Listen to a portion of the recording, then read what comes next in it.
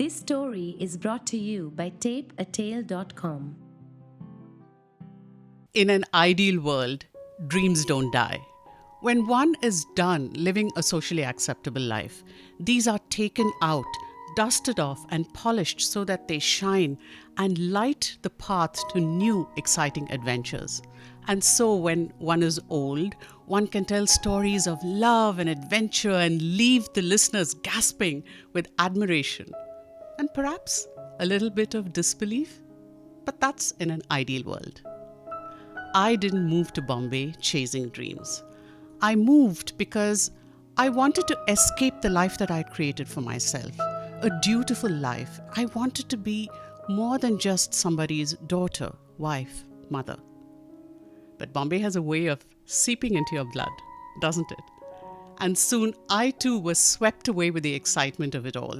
A home in Malabar Hill, a diploma in theatre studies, being selected at my very first audition for a role in Sacred Games, evenings at Prithvi, invitations to story events, Spoken Fest, Masaba Masaba. It was heady, exciting. And 2020 started with an audition call for a Dharma Films production. They loved my pictures. I knew it was going to be a beautiful year. Did anybody see the lockdown happening?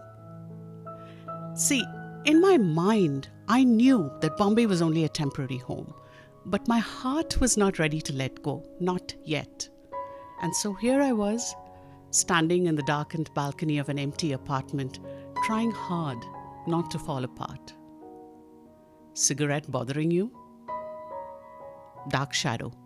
That's all he was, till he tapped a light switch, and I looked at the man leaning on the railing of his balcony. A man whose form matched the voice that sounded as if it had been dug out of the earth's very core. And at his feet, on a red check gamcha, was a pile of knives. I shook my head. No, it's okay. He smiled. Want to pull up a chair? Would you have stayed?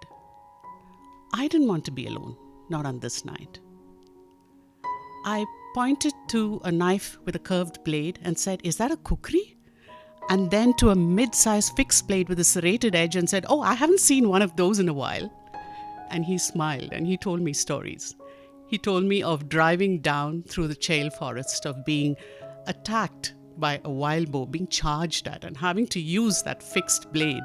He told me of going out for a walk in the forest and not being able to find his way back to the forest guest house for 3 days. I listened to him and I let his voice flow over me and loosen the tightness around my heart. The night sky was so clear, he said, and it almost felt like you could reach up and touch the stars. I had leaves to cover myself with and snow. You know, when the winds blow over a frozen lake, it hits you like a dagger, but it's actually not so cold under snow. I laughed and he smiled at that sound. And at that moment, as we looked at each other in the faint glow of the balcony light, a strange feeling of understanding passed between us. "Why were you crying?" he asked. And I told him. I told him of packing up my dreams with my belongings. I told him how I was not yet ready to leave, how unsettling it was that I didn't know where I was going and what I was going to do. It was not supposed to end like this. There should have been a party. There should have been champagne, hugs and kisses, please don't go, assurances that I would come back. I needed to leave an impressive body of work behind to be remembered by. I wanted to tell people we will call every day, we'll keep in touch, because how could we forget, right?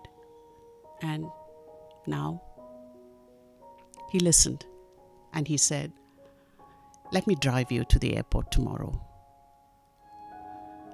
I looked at him and I looked down at the pile of knives by his feet. He was a big man. "You could be an axe murderer," I said, trying to lighten the heaviness of the moment. And his laughter rang out through the night. "Really?" he said. "Look at me. You think if I wanted to murder you, I would need an axe?" Would you have stayed? Would you have gone with him? I didn't want to leave the city alone, not this time. The next morning, I looked at his car, the back of which was piled high with cardboard cartons. What? Oh, I was packing up last night. It's a goodbye for me too.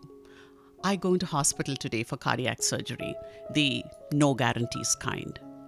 His voice was emotionless behind his mask, but I looked at him in shock, and his eyes crinkled in response. No, no, no, no. My time is not up. When my time comes, it will be in the middle of a forest with nobody to know that I've been there or gone. This is not the end for me. And this is not the end for you either, Townie. You go on to dream new dreams. You go on to find the new thing to do. And wherever you are, you make those dreams come true. You hear?